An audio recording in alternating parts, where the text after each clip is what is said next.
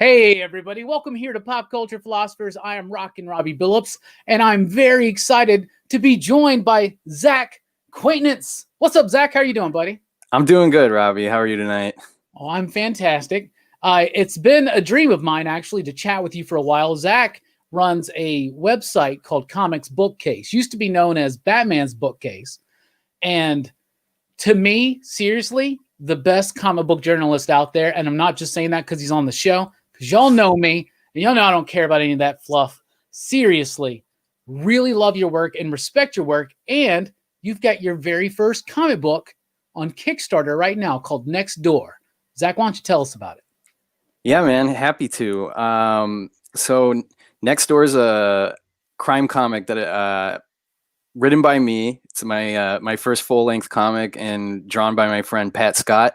And we started out, we were going to do a 5 to 7 page crime comic, and the one thing he told me was, I want to draw like ordinary things, which is a really weird thing for a comic artist to tell a comic writer. Like I don't think they usually get that directive, but he'd been doing a lot of fantasy and sci-fi, and he wanted to kind of like hone his chops doing everyday stuff. And we were starting to do this kind of right at the beginning of the pandemic, when that was all going around. So he was kind of asking me like, let's write about something dangerous happening like to normal people. And I was like, perfect timing, pal. Like, let's do it. So what we came up with is it eventually grew into a 30-page one-shot crime comic, kind of a neo-noir. Like there's a little bit of throwback to it, with ordinary people being very paranoid about danger and violence erupting as a result. It's a little bit on the nose nowadays, isn't it? It is, yeah, no kidding. I mean, it's like art predicting life, right? Like I see some of these headlines and it sounds a lot like our book in places. Yeah. So you've been a fan of comic books for a while, right? Oh yeah, yes. And I was a kid. Yeah. Yeah, and I could tell like back in the day. I started following you on Twitter, I don't know, 2 or 3 years ago, something like that. Whenever I first got onto it, and I absolutely love your writing about comic books. And I was always like, this cat understands comic books. Like he gets the craft behind it. So I just assume that you've always wanted to write comic books, probably for a while. Yeah, man, absolutely. So I'm a writer for my day job. Like I write for a magazine about technology, which is kind of boring. And a couple of years ago, I decided I've always loved comics. I've always read comics. I've written like short stories and stuff like that. And so I decided to kind of combine those things, like being a writer and being someone who's always loved comics. I wanted to start getting into comics. And that's actually why I started the review site, because I felt like I needed to learn a little bit more about how comics were made. And I needed to kind of like give back to like promote my favorite comics and help get the word out. That's honestly one of the reasons why I started covering comic books on the YouTube channel here. Because I was like, well, I want to start. First of all, we're both passionate about these things. You can tell. Oh, yeah. But then like what's interesting is that when you get into this field of reviewing comic books and you actually have some small success at it, like we do here, and like you have obviously on your page, you actually get introduced to people in the industry and you start becoming friends with them. And it's the most interesting thing. And I think that helps. I know I've heard from a lot of people like Justin Richards, David Pepose, that like they started out the same way and then they just kind of jumped into it. So this has always been the plan. Your website was just an ulterior motive to get you implanted into the industry. Yeah, it's like a Trojan. I was a Trojan horsing myself into the industry with this website. Yeah, sure. I have the Kickstarter looks great, everybody. There's a link down in the description to his Kickstarter. You got like 3 or 4 days, something like that left. It's already funded, so it's guaranteed to happen. You got some stretch goals going on or anything like that? We got one. Yeah, we've actually hit 2 stretch goals. The first one is we're about to debut this week a new logo for the website for Comics Bookcase, and everyone who got a physical book is going to get a Comics Bookcase sticker. Oh, cool. And the second one, we had a set of like our book's very like modern, but there's a noir style to it. So we have an artist doing kind of throwback noir pinups with our characters. Like we're gonna have them looking like private investigators, a femme fatale, like stuff like that in the back of the book. Should be really cool. And then the last one we're pushing to would be like an additional short story focusing on the early breakout star of our book, which is the dog. So it'd be kind of from his point of view. Nice. That's really cool. You know? Yeah. I'd like to write that one. So I really hope we get there. Everybody likes a good dog story. You know, it's going to be tough to top Matt Fraction's dog issue of Hawkeye. I know. I'd be standing on the shoulders of giants with that one. Yeah, right. I'm sure he feels the same way. So you were told that your artist, and what was your artist's name again? Pat Skott. He's fantastic. He's from California. Okay. And he wanted to do something normal. Like, is crime fiction something you're like super, super into? Has that always been one of your favorite kind of genres? Absolutely, man. Like the first Batman run I read every single issue of was the Brubaker Rucka run. I suspect that you probably knew that one. And that was a very crime fiction approach to Batman. Like, I think both Brubaker and Rucka went on to write so many great crime comics. And I think Rucka had a background writing crime novels. Yeah. And so like, that was my first Batman run. And that's like really shaped my taste in comics, I think. The two of my favorite writers to this day. You know, that's a great run to get into. I have so many people that come into my shop and they're like, oh yeah, my first Batman comic book was Hush. And I'm like, oh man, that's, you should like the Rucka Brubaker era. And Brian K. Vaughan had a little bit there too. Just a few. What a great, I mean, I think that Detective Comics run by by Greg Rucka and Sean Martinborough is some of the best and exceptionally most underrated Batman work out there. Yeah, man, it's super underrated. And they had those Dave Johnson covers, which are absolutely fantastic. They look like Comics meets the animated series. Like, they really took the same aesthetic and put it on there. It was so good. That's a great observation that it's almost like they're title cards if it was the animated series. And that's, wow. Yeah, you're 100%. And that book was great because it was like the animated series a little bit at times with like their structure, but it was a little bit more adult, probably the wrong word, but a little less juvenile. You know what I'm saying? And God, that's some good stuff. That's why I like your work. We like the same comics, so that helps. But yeah, that was like the perfect Batman run for me at that age because I'd like grown up on the animated series, you know, so it made it real easy to kind of get into the little bit more complex Batman stuff. That was a great starting point too, right after No Man's Land. It's kind of like a restart of New Gotham, a new way of doing things. Batman's a little bit more on his own now, and I love that monochromatic coloring that they do with the detective run in particular. Yeah, absolutely. Oh, and then Sasha's a great character. But anyway, we're supposed to be talking about your book right now. Next Door. I love the title. I love the artwork. The artwork's really, really solid. The coloring's great. And here's something I really want to get into because I know we got some people in the chat right now. We got Samuel. What's up, my man? What's up, Herminio? What's up, I am Will 1408. And Jeff, one love from Chicago. As always, everybody always knows that I talk a lot about lettering at times, at least when it's necessary. And I have mentioned on my channel that to me, there are two great letterers in the industry right now that are really going to be legends. And it's Aditya Bidikar. Yes. And Hassan Otsmane-Elhaou. And you got Haas. And how did that happen? And this is like, I'm starstruck right now. My tip for for working with people you really admire, because I'm like you, I think Haas and Aditya is as good as it gets right now, and they're both fantastic, is reaching out to them and heaping effusive praise on them. I just told Haas like how much I looked up to him, not only as a letterer, but what he does with his YouTube channel and with his magazine too has really inspired me with the way I write about comics. So I just kind of let him know all that, and then told him a little bit about the book, and we went from there. But that's awesome. We feel really lucky to have him working on this project with us. It's incredible. He's one of those artists who brings so much to the flow of the book and to the art itself. A lot of the times you just look and it seems to a lot of fans that the lettering is kind of inconsequential. I was actually reading a Kirby Lee issue of Fantastic Four yesterday, and they all, Lee loved to do his alliteration or whatnot. Sure, yeah. And he was like, illustrated by Jack Kirby, and they were all I words or whatever. And it was like inevitably lettered, by blah, blah, because you have to have the book lettered. It's just part of the process. But really great letterers really bring a lot to the book. And Haas is one of those cats. And like you said, strip panel naked, his YouTube channel, and then panel by panel, the webzine that he does is freaking fantastic. It's like 100 pages a month. I know, it's crazy. And it's like about all different kinds of comics and all different kinds of creators. Like, and every single month it's different, Yeah.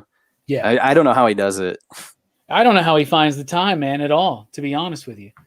But yeah, we did this thing for my website where I was like doing kind of a behind the scenes look at my like experience running my Kickstarter. And for part of that, I was interviewing the other members of the creative team. So I got to send Haas a few questions, and it's supposed to be to like promote the book. But one of the questions I asked was like, how do you do all this? Like, give me your like time management secrets. Did he tell you anything? Anything? A little bit, but like one of the big ones was he just works a lot. So like it's not really a big secret to it. He's just a hard worker. It's probably also just his job too at this point, right? I think so. Yeah, I think full time. I don't know if he has another day job. So you're still writing for the about technology and whatnot, right? Yeah, I have a day job. I have like a Monday through Friday 9 to 5 boring magazine job. Yeah, but you still get to write, right? But what's the difference between writing for a paycheck like that and writing for something like a passion project like your website or this book? It's a lot more relaxing to when you there's like a psychological thing when you're doing something that you really care about, and it feels more relaxing and just kind of like you feel more accomplished when you're finished. Writing for the website's cool because, like you said, like it's kind of easy to get an audience in comics, like people reading your work. Like I just think that there's like always demand for more like writing, talking about comics. Like people who love comics really love it. Like they just can't get enough of it, And so like it's easy for me to write for my website when I know people are going to appreciate it.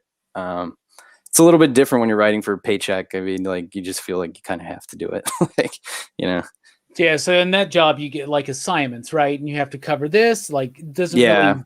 I have a beat. Like I have a area of expertise. Like I cover a lot. I mean, I could go into it, but it's pretty boring. But it's like how kids need Wi-Fi to do remote school right now is something I'm covering a lot. So it's nice to kind of stop doing that at a certain point in the day and move to what I really want to be doing.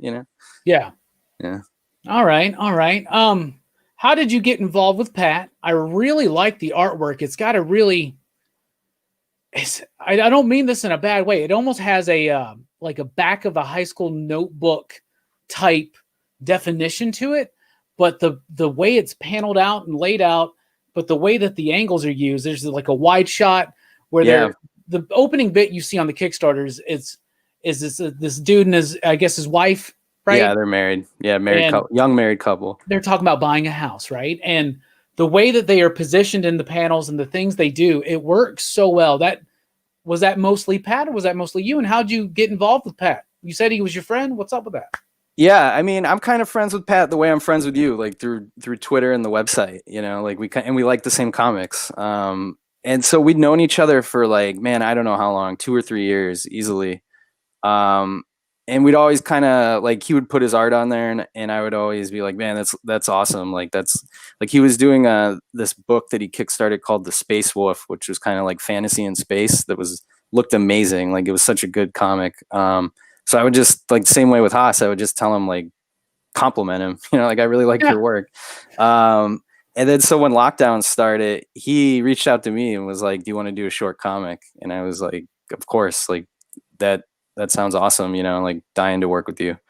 And then a lot of the like, Pat's a genius with the visual, like before the pages got lettered and before any of my text went on there, like if you cover all that up and just look at the art, like you can kind of tell that what's going on between this couple, which I think is really incredible when it's just like a talking head scene to be that good of a visual storyteller. And he just has he's just really smart about it, like and adding little touches here and there that aren't in the script to like kind of reinforce my points and make me look like a better writer, which is really nice. Yeah, I think that's the job of a comic book artist, is to make the writer look better, right? For Yeah, the most part. absolutely. And there's like stuff coming later that we haven't shown on the Kickstarter that he adds little things like, well, what if she knocked a glass off and now there's broken glass on the ground, that just kind of like heighten the sense of threat that I didn't have in the script at all, but I absolutely love stuff like that. Why don't you tell everybody real quick about the basic pitch of the story? Because to me, especially knowing that it's a crime fiction book, especially knowing your influences and the comic books that you're into, I'm 100% sold. So why don't you kind of briefly just kind of pitch it to everybody? Yeah, man. The log line, as they say, is it's next door is a neo-noir crime comic about paranoia, privilege, and walking the dog gone wrong. And basically, what happens is it's a young married couple. They're buying their first house. They're really consumed with like all their little stuff with moving, and there's a lot of like kind of domestic stuff, like you might see in books like Ice Cream Man does this a lot. Like they kind of start with like situations you recognize before like really exaggerating it and upping the horror. But we kind of do that to our couple with crime.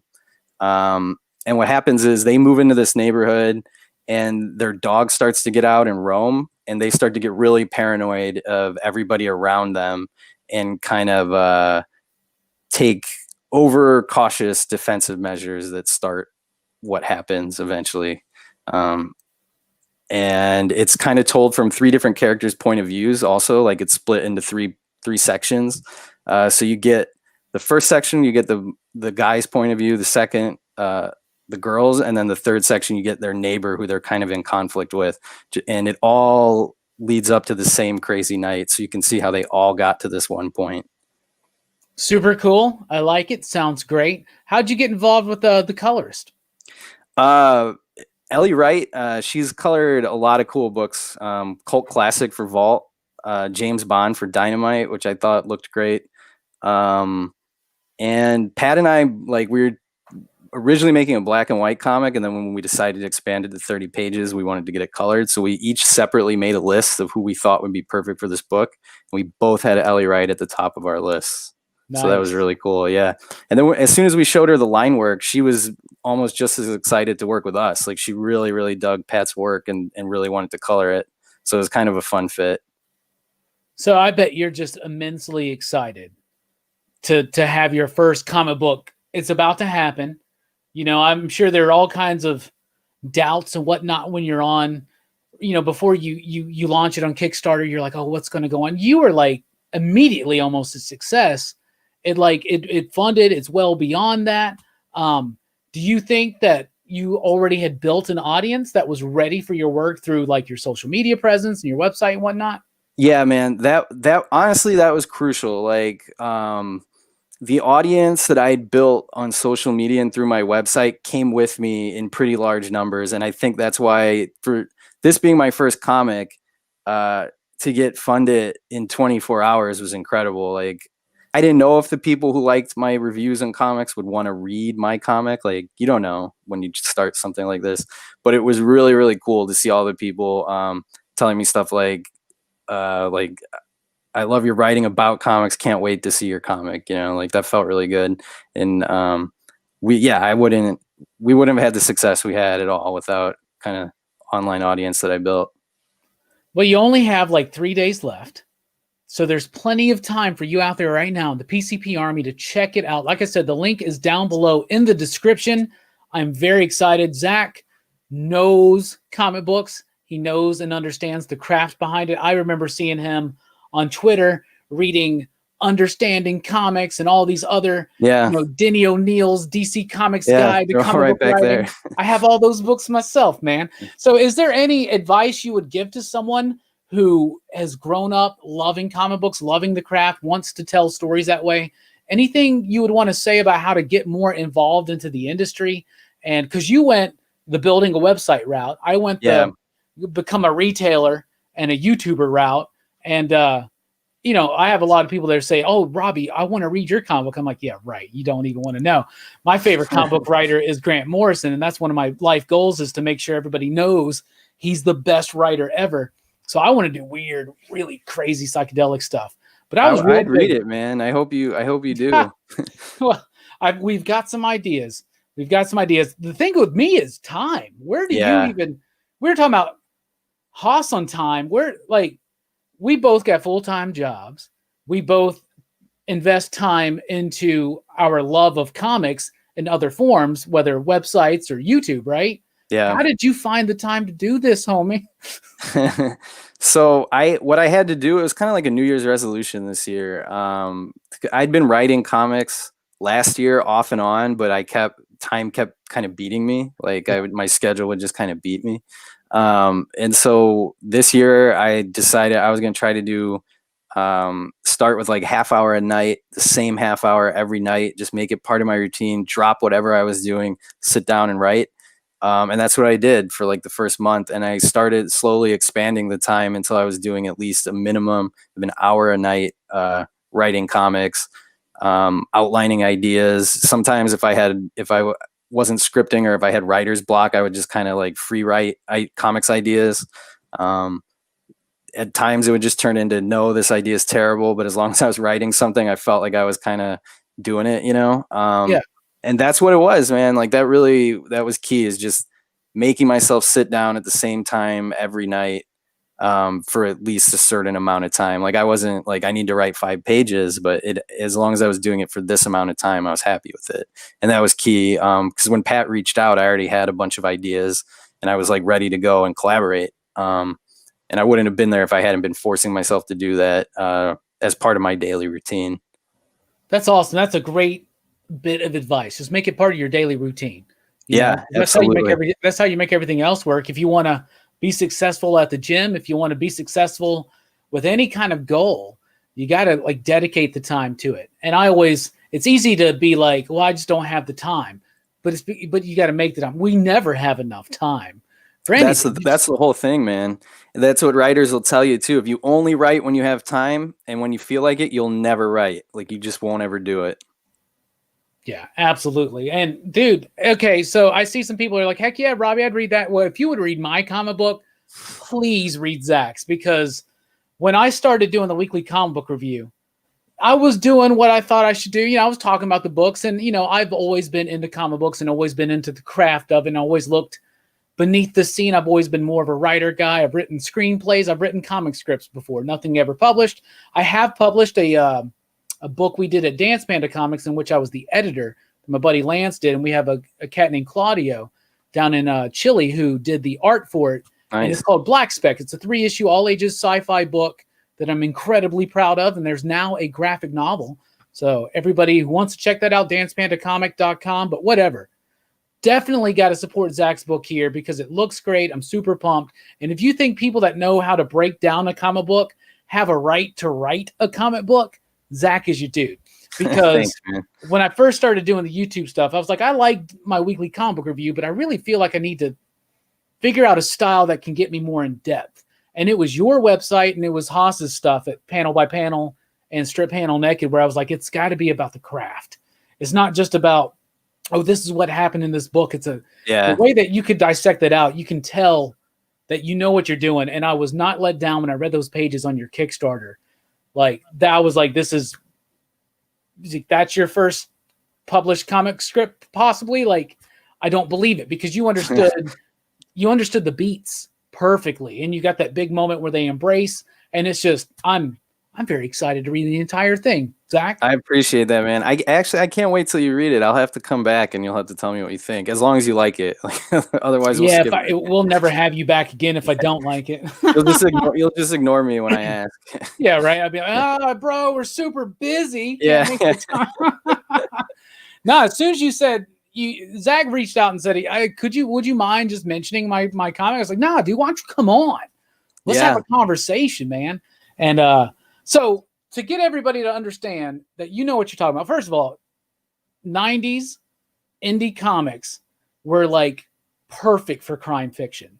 The Bendis stuff with Jinx and Goldfish and Torso. I see all these Bendis haters out there. I'm like, read Torso.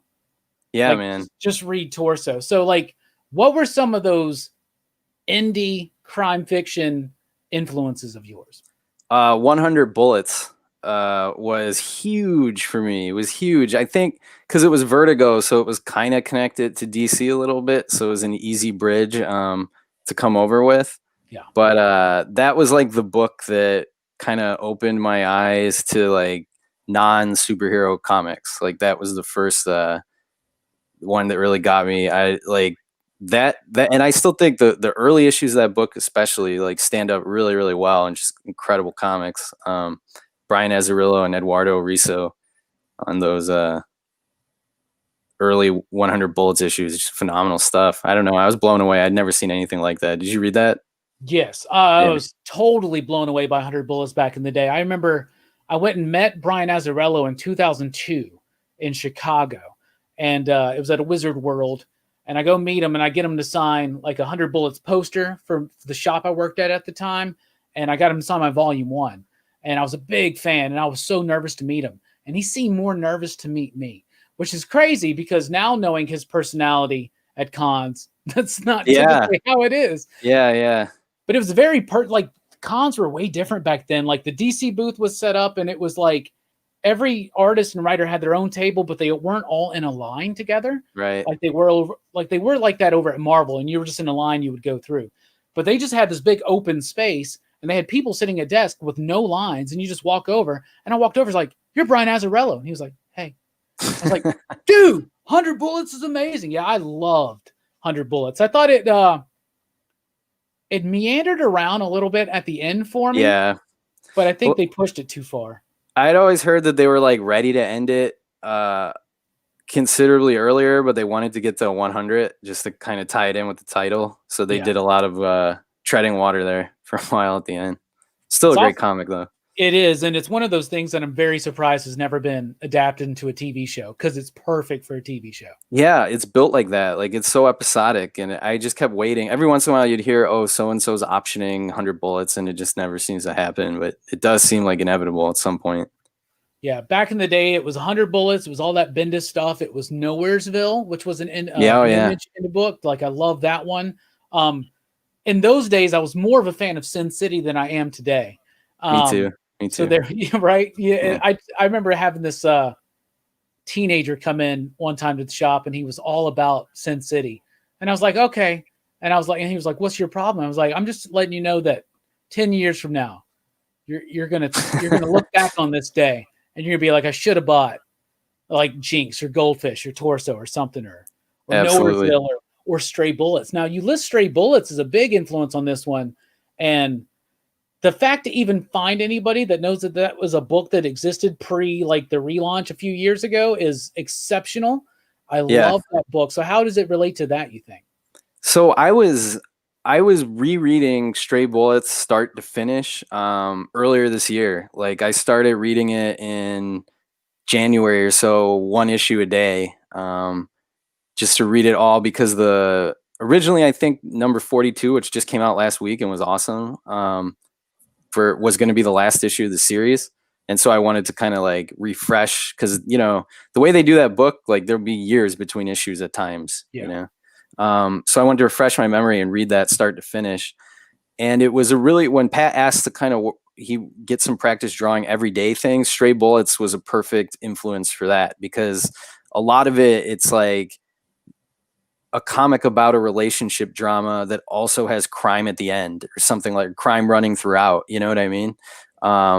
And another thing that I really like about Stray Bullets is it's funny. Like these are terrible people in that comic doing terrible things, but there's like a sense of humor to it, and just how absurd it gets at times. And I think we really worked hard for our book to kind of have moments like that too. Like not making fun of people getting hurt or anything like that, but like just kind of finding the ridiculousness within people fighting each other and stuff like that, and kind of pulling some laughs out of that. So that was a big part of what I took from Stray Bullets. And then also in Stray Bullets, like you never have just a generic bad guy. Like there's never just a random mugger or something like that. Like you have Spanish Scott or Monster or these like larger than life villains who all have really cool personalities. And that's what we wanted for our book too. So that's kind of why it got broken into 3 parts with like the guy causing the conflict getting his own section so that he wasn't just some random guy who just showed up as conveniently to fight with our characters. Like we wanted him to feel unique to our comic. And I think Stray Bullets does that better than any crime comic of all time. It's such a human story, you know, and we all deal with the ups and downs in our relationships with other people and our relationships with ourselves. And that's something that really comes through in that book. And like Ed Brubaker handles that pretty well, but with not as I like those bits of humor you're talking about, because Latham's work reminds me more of like the Coen brothers. Yeah, you know, absolutely. The Coen brothers do that. There are moments in like Miller's Crossing where you should not laugh, but I do every single time. No, absolutely. Like Brubaker, I don't think I've ever laughed. I love Brubaker, but I don't think I've ever laughed at a Brubaker comic. Like, but Lapham's very, very different. Like every comic has a little bit of humor to it. Stray Bullets. Heck yeah. Stray Bullets is a great book. If y'all have never read that, you definitely should read that too. So, what's your favorite comic book of 2020 so far, Zach? Man, that's a tough question. I've been with the stoppage. I've been reading a lot of older stuff, but I think Ice Cream Man for a while has been my favorite comic. Period. Like I love every issue of that. Amen, brother. And I think that's carried into 2020. Like they had that crossword issue earlier, and one that went backwards and forwards, and like it's just nuts what they do. It's like it feels like every issue they give themselves a challenge. Like, can we make this work? And they go after it, and it always works. Did you read the newest issue yet? The Dr. Seussy one? Yeah, that one was fantastic. And the covers, the Dr. Seuss parody covers, like that was definitely a comic too, where I found myself laughing here and there, and like at things I probably shouldn't have been laughing at. Like, would you like? It got really dark. Would you like to try some weed laced with Coke? That's it. Yeah. There's this part where the rhyme ends and the guy's like, and he did for the rest of his life. Like I laughed a little too hard at that.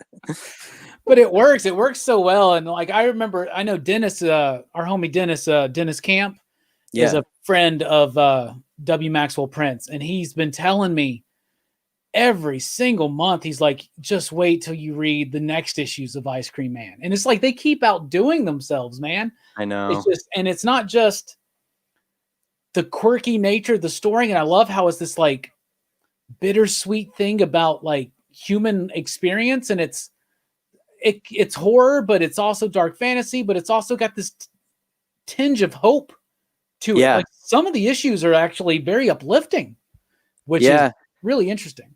They always seem to me to get right to the edge of being like really pessimistic, and then they like pull you right back. Right when you get where you feel like you're about to get overwhelmed with it, and they never quite go over that line and where it starts to feel hopeless.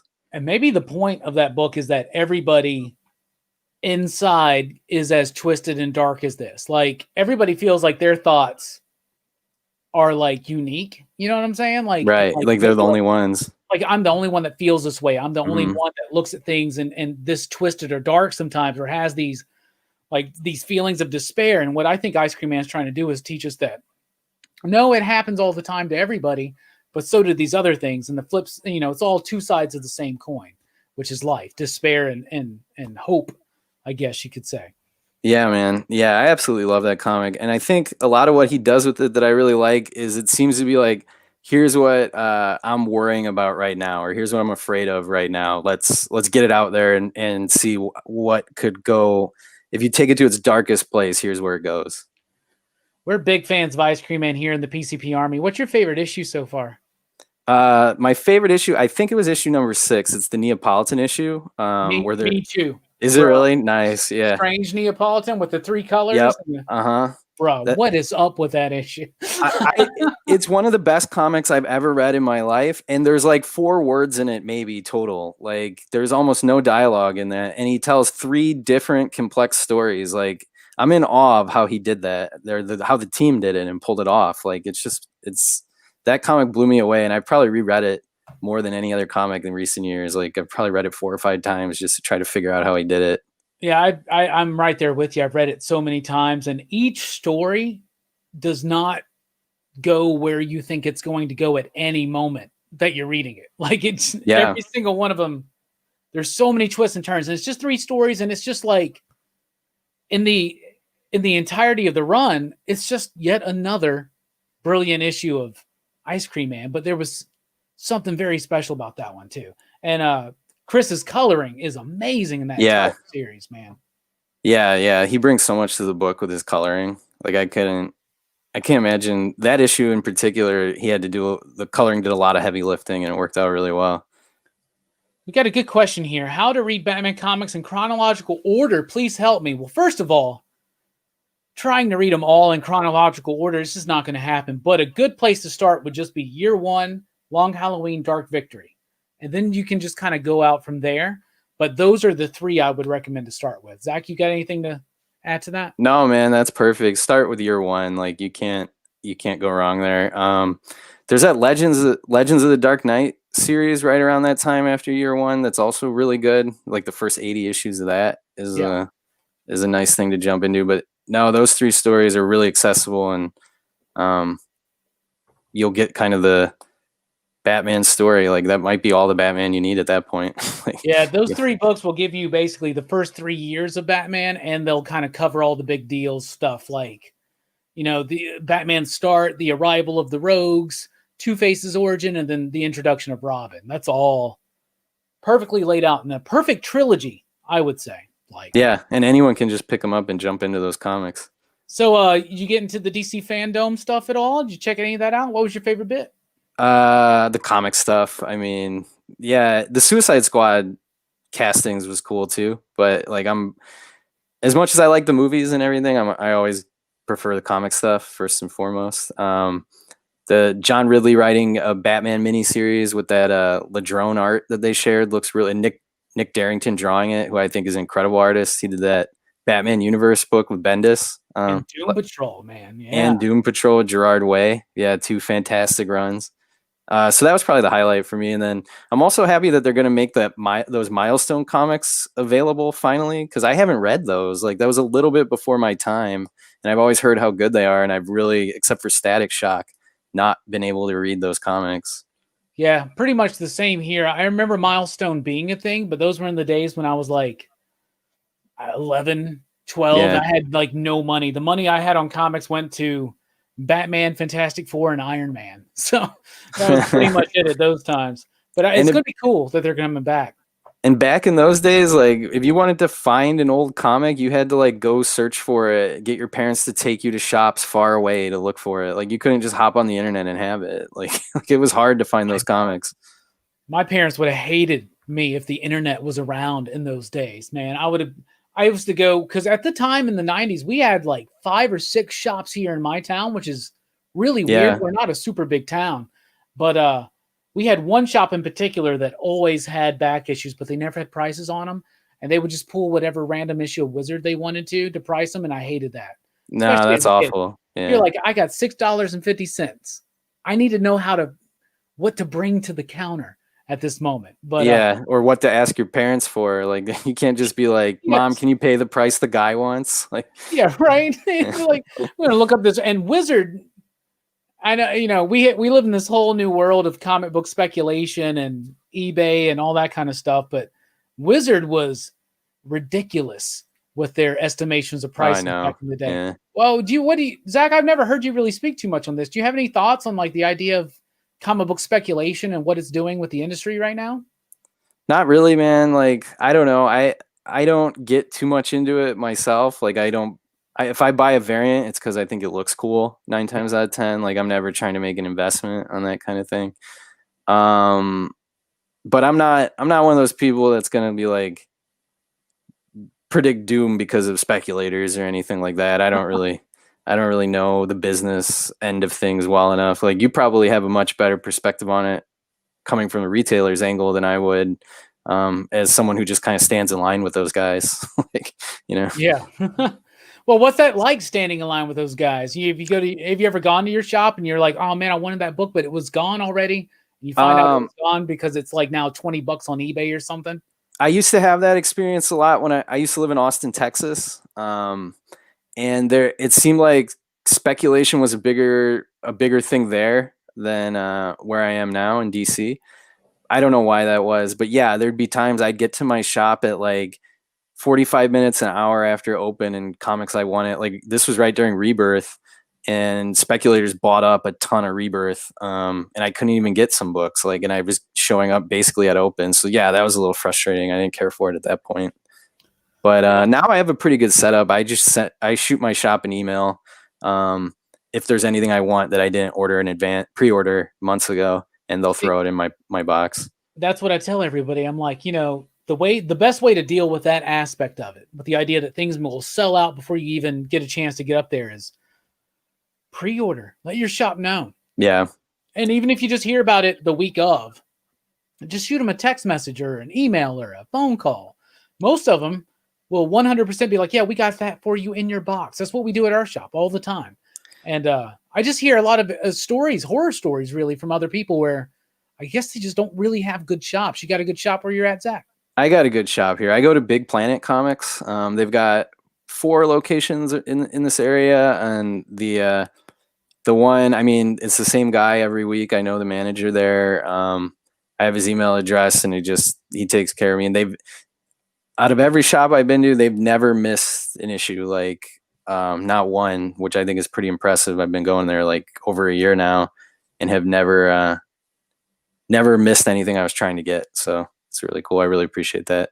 See, that's great advice, everybody out there. Like, if you want to make sure that you can have that kind of relationship, you just got to be cool with your comic shop guy.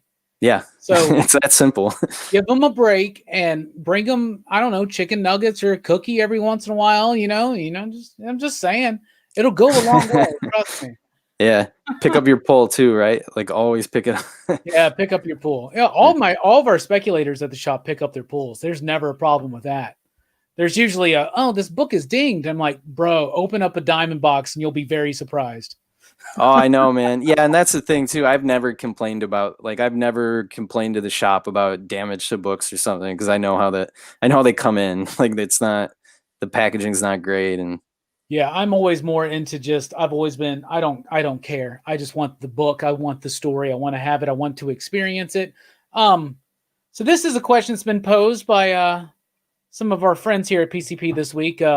Bullseye Bob from Everything Comics and Bueller from Comics with Bueller. They did a show recently about what's more important, the art, the story, or the cover. And there are a lot of different opinions, and I want to get your opinion, Zach. I think you know what I'm probably going to say, the story. Yeah, I'm just setting you up, man. Yeah, man. I mean, I've to be totally honest with you, I've bought comics because I really like covers in the past. Like, I've bought variants because I'm just like, I want to own this. Like, I want this. This is beautiful. I want it in my house. But like, that's not what keeps me coming back to the hobby. It's the stories and the storytelling, and that is way more important to me than the cover consistently. Oh yeah, I was talking to my buddy Jay Strick earlier today about that subject, and because today Bueller's video went up, and he was like, "What do you think?" And I was like, "Well, I have bought comic books that had, to me, bad art, but a great story. And that, I kept going with it. But if it's a bad story, but great art, I'm usually done." Yeah. Ideally, they work together. So, like, the story can lift up bad art and vice versa, But yeah, no, I see what you're saying. Like, but I've definitely had bad art ruin good stories for me here and there. You know what I mean? Like, it's just unfortunate at times. But yeah, I think I'm with you on that. Like, a good story is more likely to pick up kind of mediocre art for me as well. Yeah, absolutely. But like you said, when they're in conjunction with each other and they're working so well together, like something like Ice Cream Man, that's when it's just fire. And that's when, and it's more than just the art, and the art also includes the colorist as well. But it's and the lettering. Yeah. The lettering, the editing. So editing here, I can't chat with you live here without having an opportunity to ask you, what do you think about Vault Comics, man? Oh man, I love Vault Comics. Vault Comics to me is the like gold standard of indie comics right now. And it's crazy how like they have so many good books coming out consistently, like new books, that it's like I couldn't sit here and name all of them right now. There's been like so many new ones since this year alone. But yeah, I'm blown away by Vault.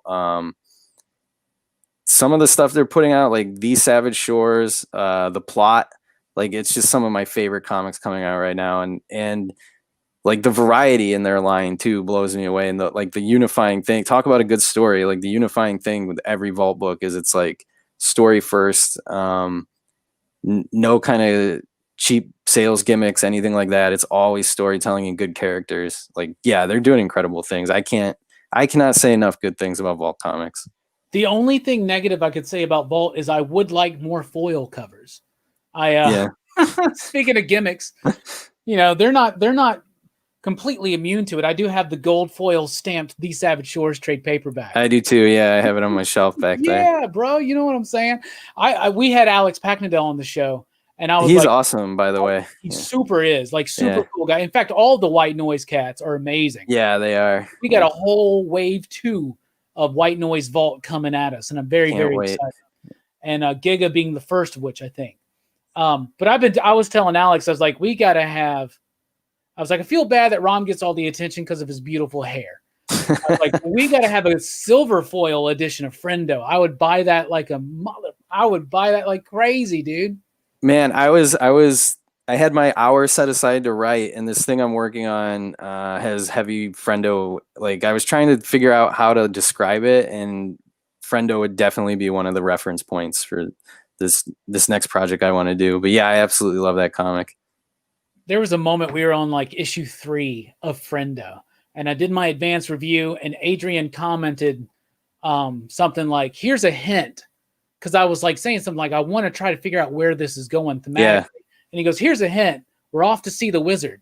So then I reread issues 1 and 2, and I felt like an idiot that I never picked up on the Wizard of Oz stuff because it's so obvious.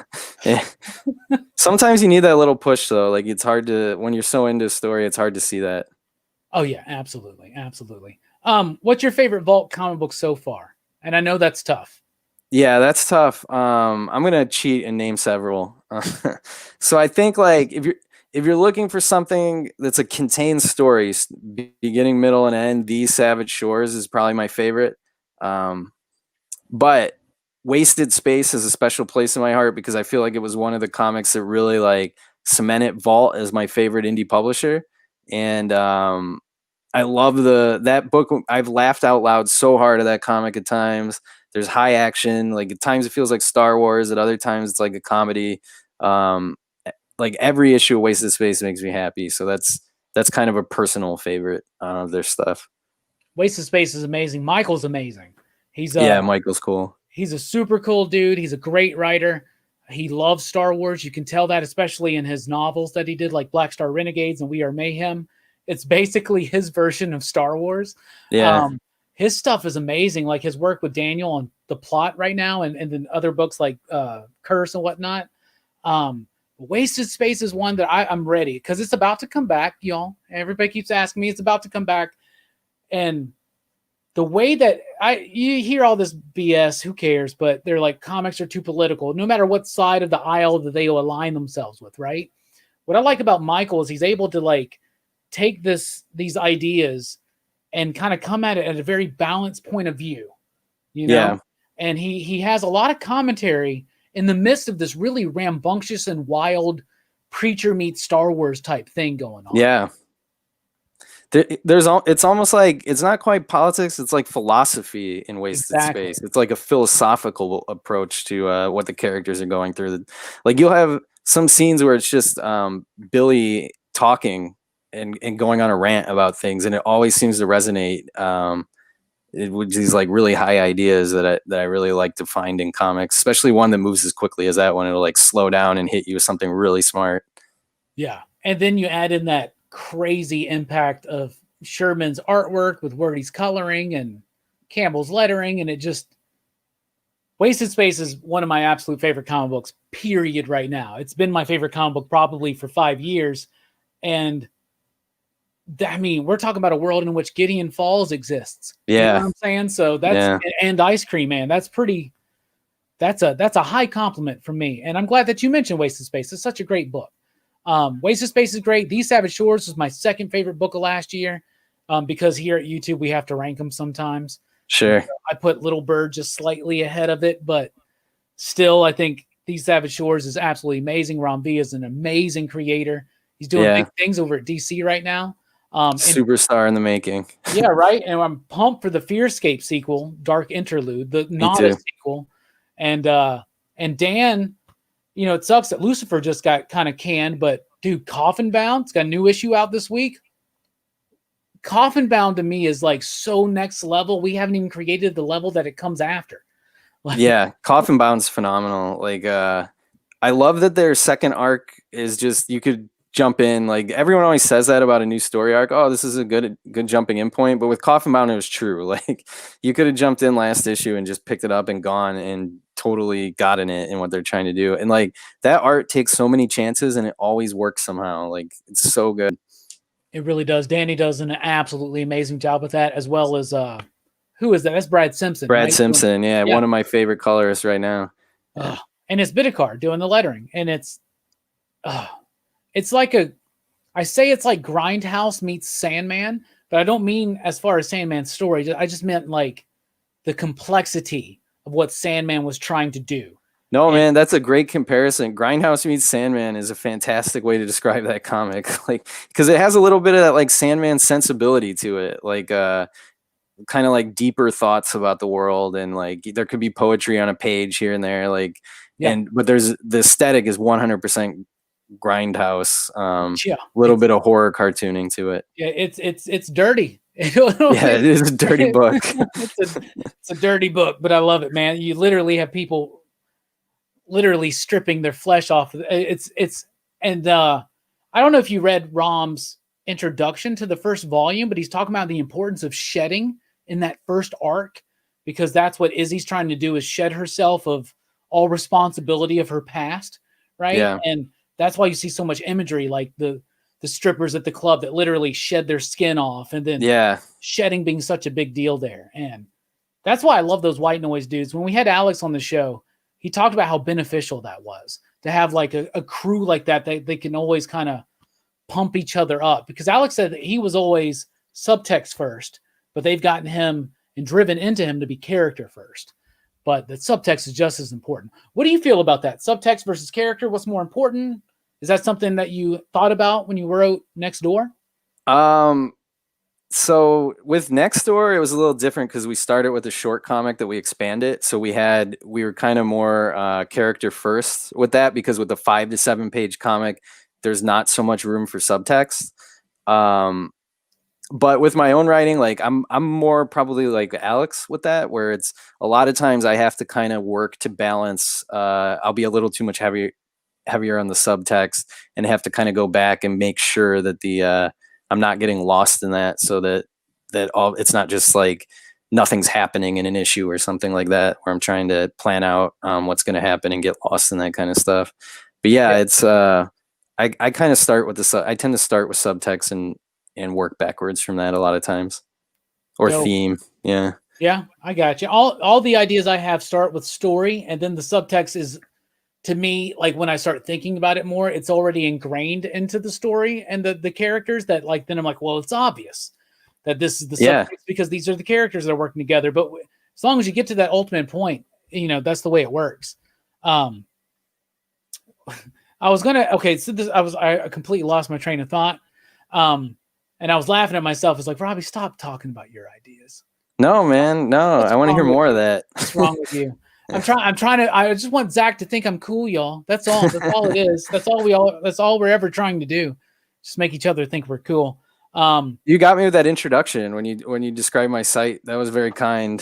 That's immediately like, this guy's cool. You get. I'm just taking your advice. You know, you just like keep really killing people with kindness and compliments, and then eventually they'll. No, I'm just kidding. No, I've always loved your work, man. I really, really do. That's why I always shared your stuff, and you would make references to comic books in the late 90s. And I would be like, I can't believe, and nobody else today is talking about Astro City. Yeah. Rising Stars. Did you ever read Rising Stars? Of course. And I was just as disappointed probably as you were when you finally got to the end. I don't know the delays killed that book so hard, man. Like, I know. Dude, I remember having to read the first like 3 to 4 issues over and over again for like a year because there just wasn't new. I mean, they were really good. Like it started. I don't remember like a new superhero concept starting as strong as that one did back in the day. Like the first. I mean, I was the right age for it too, but like, and then there's like a year with nothing, and it comes back, and they talk about missing the landing. Like that series is the one I think of. Yeah, when people are talking about Doomsday Clock being so late, I'm like, y'all, Rising Stars, Planetary, like I don't even want to hear it. I don't even want to hear it, man. I've already earned my stripes as far as all that stuff goes. Rising Stars started off so strong. And he's doing the exact same thing with the Resistance right now. Have you read that at all? Yeah, I've read that. I definitely had a moment of like, oh, he's trying to like, this is kind of Rising Stars 2.0 a little bit. Like he's kind of learning from that and trying to take it to another level or something like that. I picked up on that immediately. I was like, this feels like Rising Stars. And Rising Stars, even to the point where it disappointed me so much with just the lateness and all of this, that like when Heroes came out and everybody was into Heroes, I watched it and I was like, this is just like Rising Stars. I'm done with this. I know. Yeah. I had the same reaction. I think I watched half of the first season and quit. Good for you. I made it through 2 for some damn reason. I don't know why. Anyway. That was a big comic for me though back in the day. I was like drawing Rising Stars fan art in high school. Oh yeah? Yeah, like at my desk. Like I don't draw at all anymore, but back then I was kind of dabbling with it. There's no problem with that. And I had some of the action figures, homie. I really did. So because they had action figure. I don't even remember the characters' names anymore, but the dude like the Captain America type dude or whatever. And yeah, there was one guy who like wore the flag as his uniform. Yeah, there was him, and then there was like the long-haired dude who was kind of like the main character for a while there. And I liked how he had a great. I always heard all this great stuff about JMS, about Babylon 5. I'm a Star Trek guy, so usually those of us in the Trek community, we don't really even think about stuff like Babylon 5 because we're like, well, why watch that when I could just rewatch DS9? Yeah, you know? And so I was gung-ho for that, but he's been a big letdown for me in the industry. He's always kind of like quitting before the job is done or fighting. I don't know. And it's got to be different when you don't want to fight. I don't know. It's got to be different when you come into the big two and they have their own ideas about what they want you to do. But that being said, Midnight Nation with Gary Frank, to me, is the best book he ever did. I agree. I just bought the I looked over. I have this big hardcover. I put out the money to get the giant hardcover edition of that. I'm going to reread it again. Oh, that's a great one. And then 10 grand that he did with Ben Templesmith was absolutely phenomenal too. So I liked his SpiderMan too. Like I read that way back when, right up until the marriage stuff. They raced the marriage or whatever. But like his like start to that run, I thought was really good. Yeah, and the whole One More Day thing wasn't even his thing, right? That was like Joe Quesada's idea. That was editorial got pushed on him, but that's why I feel like his run doesn't get any credit because of that. And then the Spider Totems thing, people didn't really like much. But he started off really strong. He had like Peter teaching high school and stuff, which I thought was a cool idea. And I don't know, I liked it. That was a cool idea. And the idea of the totems to me was always cool. I loved Ezekiel. I loved that mystery. I loved, what's his name? The vampire dude. Moreland? Is that his name? Something like that? I don't know. But the idea that like Spider-Man's rogues galleries are all totems of animals. Like that was just really clever to me back in the day. Yeah, I loved it. I noticed it. I remember like those issues like coming whenever one would come out, like being really excited to get those issues of Spider-Man. Probably more than any Amazing Spider-Man run in I don't know how long. Yeah. Oh, nobody cared about Spider-Man. I mean, it was like after the Clone Saga, Spider-Man sales. I mean, sales in general were really down at that point in the 90s and early 2000s.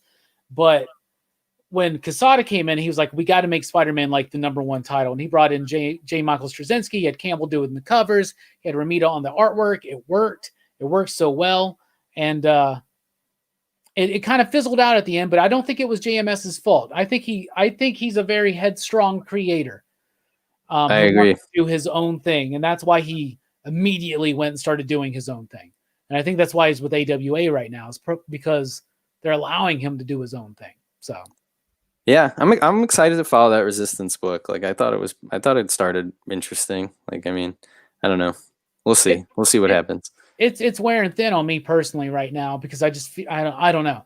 I need to sit down and reread the whole 6-issue thing once it's done because he's got a whole world that he's building out with this. You know. Well, part of the problem was like I got the first issue like right before the distribution stoppage, so like I it's like, oh, here's a new world. Try to remember that for 3 months when a bunch of crazy stuff is going on. You know. Jay wants to know: is Astro City similar to Black Hammer? In a way, it kind of is. What do you think about that, Zach? That's a great question. I've never thought about that before, but they're both superhero homages. That like you recognize parts of your favorite superheroes used differently than you remember them, and by creators who love superheroes. So they share a little bit in common that way. Like you kind of never know what bits and pieces of superheroes will show up in new stories, but I think Black Hammer is more of a mystery story than anything else. Like it has more of a kind of suspense mystery to it, and Astro City is a straight up like superhero story, kind of like Marvel's, told from like oftentimes from the point of the little people in the city. I love Astro City, by the way. I'm sure you do too, right, Robbie? Oh, absolutely. Yeah. Kurt Busiek was my favorite writer in the 90s, especially in the late 90s. The very first film script I ever wrote was for a movie called Skip Day. And I was heavily influenced by Kevin Smith. But I loved Kevin Smith back in the day. Yeah. Right? Who didn't, right? And I have a whole scene where a guy's arguing over who's the better writer between Frank Miller and Kurt Busiek. And it winds up with this whole like idea that they're both writing books about cities, Sin City, Astro City, and that's awesome. I thought it had a clever bit of connection and dialogue in it, but yeah, my character was the character that was speaking with my voice was in favor of Kurt Busiek because his Astro City run, which another great thing I love about his run is you can pick up any random book of Astro City and usually just that's it. That's all you need. Yeah. You can read others. There's not one overarching story. They're all just it's a world of superheroes and each story stands on its own. And so good. They're so freaking good. Alex Ross covers and Brent Anderson artwork and it's so Astro City's amazing. Astro City's great. And Kurt Busiek doesn't, I don't think, get near as much respect as he does. He wrote my favorite Avengers story. That's Avengers Forever. He had in the George Perez run. And his George Perez run's amazing. He did Avengers Forever during that time with Carlos Pacheco. And that run of Avengers is amazing to me. And I don't think it gets enough credit, like at all. Like people always talk about the Ultimates from that, the Mark Millar book from that era, but like the Busiek run was right before that, and it was so good, so good. And he was doing Thunderbolts at the same time, which was also absolutely incredible. Yeah, the Thunderbolts, and then he was doing Iron Man, and he did. There was a book called Untold Tales of Spider-Man. So post Clone Saga, pre JMS, pre John Byrne, even Spider-Man is just this rut of just ridiculous stuff that nobody cares about. But there was this book that came out that was $1 an issue called The Untold Tales of Spider-Man. They were all stories set in the early like Ditko Lee days. And Busiek was the writer of that. And that to me is still one of the best Spider-Man series I have ever read. I haven't read that. That's going right on my list. It's so freaking good, dude. It is so freaking good. Yeah, I love Kurt Busiek though. I think he's he was like a formative writer for me when I was first reading comics. Like it was a lot of his stuff that hooked me into comics and kept me there back in the day. Yeah, good stuff. We got Dylan here, that SOB. What's up, buddy? He says Temple Smith is one of the best. And I would say you are right 100%. Zach, we've been talking a lot about comic books. What's a TV show or movie that you've been into lately? What do you think some of the best stuff, even though there hasn't been a lot of releases this year? What's some of the more recent stuff you've gotten into that one? TV, newer stuff. I mean, I've actually been watching The Sopranos for the first time. Never watched it when it first came on. So we've been watching. Talking about 90s crime fiction. Yeah, I know. And we're almost done with that. I think we have like 6 or 7 episodes left. But I want to know what you think about the ending. Just let me know. All right, I will. Yeah, I kind of already know how it ends because it was such a big deal, you know. Mm-hmm. But I'll let you know if I like how it leads up to that. Before that, I mean, like this year, it's everything. Like I have no idea what I was watching in January. I know I watched Watchmen at some point, and I really liked it. I thought it was really good. That was very well done. Yeah. And I had no anticipation that would be anything worth watching. I didn't watch it at first. Like I started watching it, like there were 2 episodes left in the season just because everybody was talking about how good it was. So I figured I better check this out. And I watched the whole thing in like a weekend. Like it was like 7 episodes in a weekend or something. I couldn't stop watching it. I thought that was really good. I watched Succession. We have HBO Max, so we've been going through all the HBO stuff. And The Mandalorian was the other. I absolutely love The Mandalorian. Mandalorian's great, man. It's just a straight up Western. And I love it. And there's a little bit of like Lone Wolf and Cub to it. Totally. 100%. It's got that concept. They just keep that going for like 5 years. I'm sold. I know. And the music, the soundtrack is perfect. Like, yeah. The music's great. The music's great in that. And I heard a lot of people, they were like, well, it's good, but it doesn't really, it feels like every episode's a filler. I'm like, I don't think you understand the structure of the show. This show is going to be like that, you know, and it should be like that. Like, we don't have to, they do have a story that they're telling overall, but episodic television, that's an important thing. And it seems like, you know, they've been saying for 10 years now that we're in a golden age of television, and I think we are, but sometimes that leads to the idea that too many people are trying too hard to just tell one, like a long movie. Yeah, know? Absolutely. And there's room for like other types of shows. Exactly. I mean, there's room for it all, you know. I love Umbrella Academy. And to me, that's an 8-hour movie, and I'll sit there for the entire 8 hours or more. Like I freaking love it. I'm zoned into it. Watchmen was the same way. Like, Watchmen was a big movie basically. I didn't watch Watchmen till it was all done because I didn't really think it was going to be good, to be honest with you. And the people kept telling me it was good, but I don't believe people. Me neither. Yeah, me neither. I've been burned too many times to say, "Oh, this show's amazing," and I watch like 4 episodes, and I'm like, "I don't like this." Yeah, but I'm like, "How many seasons did you tell me it takes to get good?" Yeah, exactly. And I'm like, "Come on, bro." But have you watched any of Lovecraft Country right now? That's one of those shows I'm waiting for. Like, I'm waiting until to make sure that it's still good at the end of the season, and then I can just watch it. Like I said, when everybody was talking about the first episode, I was like, I'll let you all know in 2 or 3 months. Like, yeah, right. When I end up watching the whole thing in a weekend. But I've heard really good things about it so far. Like, people seem to really be loving that show. So I'm very excited to watch it when I have like the season finished and I can just go through it. You know, it's really cool. When Watchmen got spoiled for me on Instagram. Oh, I'm sorry. About who Manhattan actually was in the story. That sucks. Yeah, that was a big twist. Yeah, I know. And I was just like, are you fucking kidding me? I was like, are you really kidding? Like, right? So I've been on Lovecraft Country, and it's amazing. Of course, Jordan Peele. And so he's the producer of it. Fan. And I'm big fan. It's really, really freaking good. I've never read the book though, so I want to read the book now. No, me neither. Yeah. But I think I'll wait till the series is over so I don't have any anticipation about what's supposed to happen or anything like that. But have you watched Bill and Ted yet? That's a big question. No, I can't wait to, though. I'm so excited to watch it. I just a little busy this weekend, but we're Saturday night, Bill and Ted night, like getting ready for it. I'm already, think it's Monday today. Time has no meaning, but yeah, right. Yeah. Did you watch it already? Yes, we watched it Saturday night. We've been covering the Bill and Ted movies over the last few weeks. Nice. We did Bogus Journey last Friday, and so this Friday night we're doing a live review of Face the Music. Nice. And I mean, me and my crew, aside from like just being at the shop, because Jay Strick works at the shop with me, and so does Mike.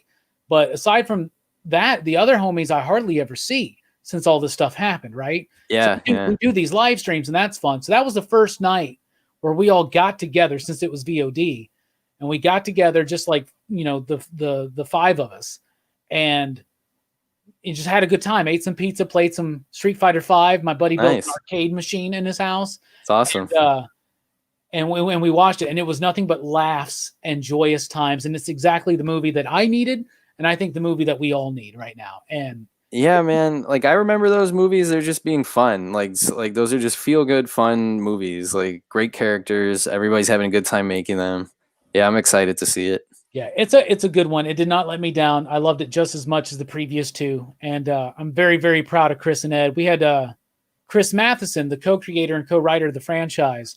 We had him on the show like a month or 2 ago.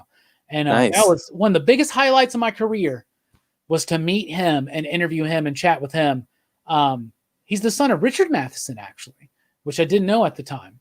But what a great dude. What a great movie. And yeah, y'all got to watch Bill and Ted. And you out there in the PCP Army, watch it. We're giving you an entire week to watch it before we do our review on Friday night. So please join us for that. So we're nearing the end of the show, Zach. So once again, let's round it back around to comic books and what you're doing and why everybody should pay attention. So yeah, I have you got 3 more days, Next Door, one-shot crime comic, my comics writing debut after years of writing about comics and many more years of reading comics. This is my first full-length comic, but more than that, I think we have a really good book we've made here. Like, we have a really good artist, colorist, letter. Everything's really well done, and it's kind of a story just about regular people, kind of how they handle themselves within a crime comic, and I think it comes together really well. I am super pumped for it. I backed it myself. It ends. Thank you for that. You're welcome. Thank you for making it. It ends in just a few days. Like I said, links down below to check out that Kickstarter. Please do back it up on behalf of the PCP Army and let them know PCP sent you. And also, Comics Bookcase, the website link is down below. And if you think that I have really great opinions on comic books, you got to check out Comics Bookcase, because Zach and his team there, they are if you're reading stuff like Bleeding Cool and CBR and Newsarama and you're tired of it and you're like, oh, they're all shills and who cares about this top 5 list or this whatever, you want to get to Comics Bookcase, because that is about the raw craft of comic book storytelling. And seriously, me and Zach agree on a lot of stuff when it comes to comic books. We have similar taste. So there you go. That means that, honestly, I think you guys should check this out, this Next Door book, because it seems like something I'm 100% down for. And I promise you, I will beg Zach for an early look so I can let you know more about it. For sure, man. I can make that happen. Zach, thank you so much for being here. I've got one more question. It's the question I ask every guest that comes here. Have you ever had any kind of a weird paranormal experience? UFOs, ghosts, anything ever happen to you that's just weird that you want to talk about real quick? I don't know. Like, I used to live in McAllen, Texas. It's like far south Texas, and it's totally flat there. So like you would hear no matter where you lived, you hear the wind all the time.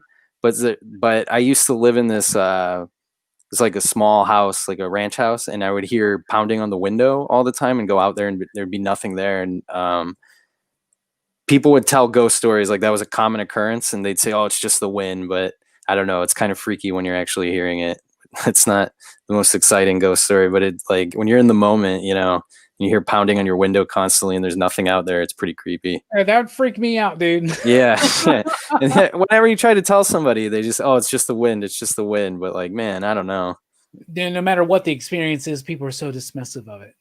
Yeah, it's true. They had a lot of stories there to explain what the ghosts, like what the wind was, like people who like drowned in the river coming out to pound on the windows to let them in and stuff like that. So that kind of get in your head when you think about it.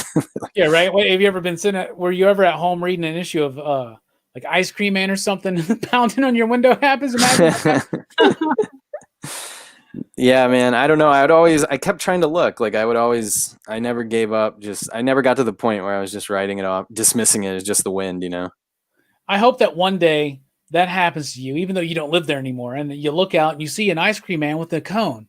I would run. I would just take off running. Because you know what to do now. Yeah. Seriously, everybody check out Zach's website. Check out the Kickstarter. I'm super pumped for it. Zach, thank you so much for being here. Thank you, man. This was a blast. Like, we'll have to do this again sometime. We'll have to find another excuse to do this. Oh, dude, there's no excuse other than just to do it. You've been my Twitter homie for a while. You're one of the reasons why I can't quit Twitter 100% completely, because meeting you and a bunch of other people in there, like Taylor, for instance, just great people, and all the creators that we've been able to meet, and absolutely fantastic stuff. Thank you for being here. Everybody check out the book.